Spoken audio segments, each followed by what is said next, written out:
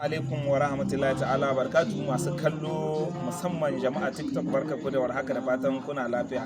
To wannan dai ba sai na sake gaya muku ko wane ne ba, na gaye shi ba ɗaya ba biyu ba, kuma yayi irin aikin da yake na iya lissafi.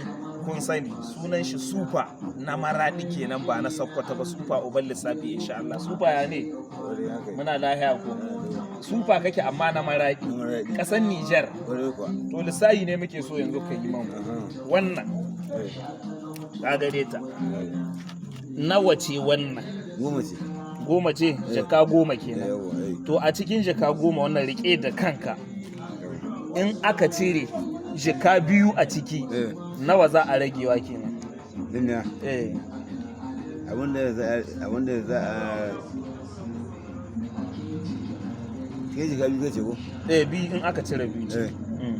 Sai a bar Chicago da rabi. Jika nawa? 3.5. To a cikin jika goma in aka cire jika biyu sai 3.5 sai rage kuma. To yanzu wannan nawa ce ita? Jika biyu. To in aka gama da wannan goma sun tashi jika nawa kenan? Jika shidda.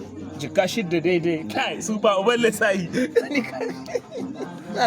To kuna ji wai jika goma an hada ta da jika biyu sun tashi jika shidda.